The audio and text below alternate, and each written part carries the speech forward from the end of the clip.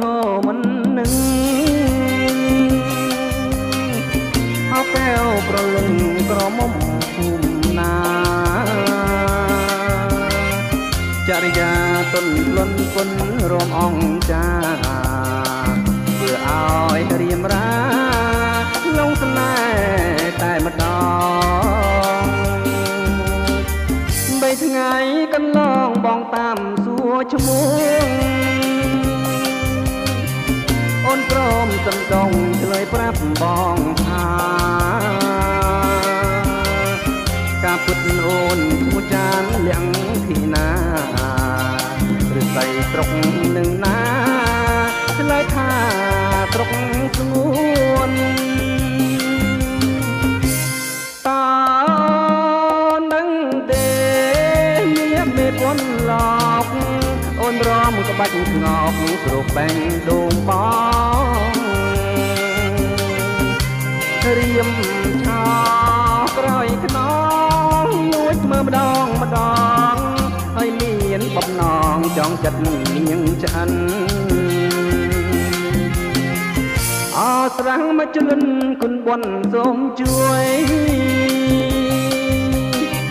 សងជួបអូនមួយជាត្រួយជីវិតវេលវ័នរស័យសុខបើពុតសាកសិតទូបើដួងចិត្តខ្ញុំនាងជាគូ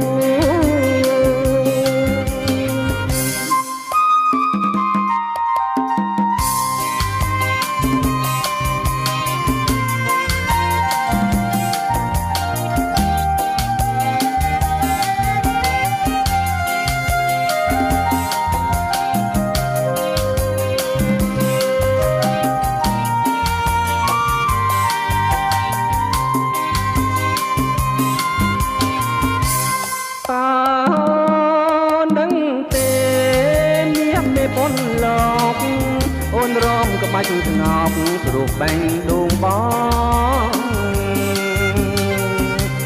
រៀមឆោក្រោយខ្នងលួចមើលម្ដងម្ដងហើយមានបំណងចង់ចិត្តនាងឆ្អិនអស្រងមកជលិនគុណបុណ្យសូមជួយសងជួបអូនមួយជាត្រួយជីវិតវេលវ័នរស័យស្រុកបើពុតសាកសិតជួយបើកដួងចិត្តខ្ញុំនាងជាគូ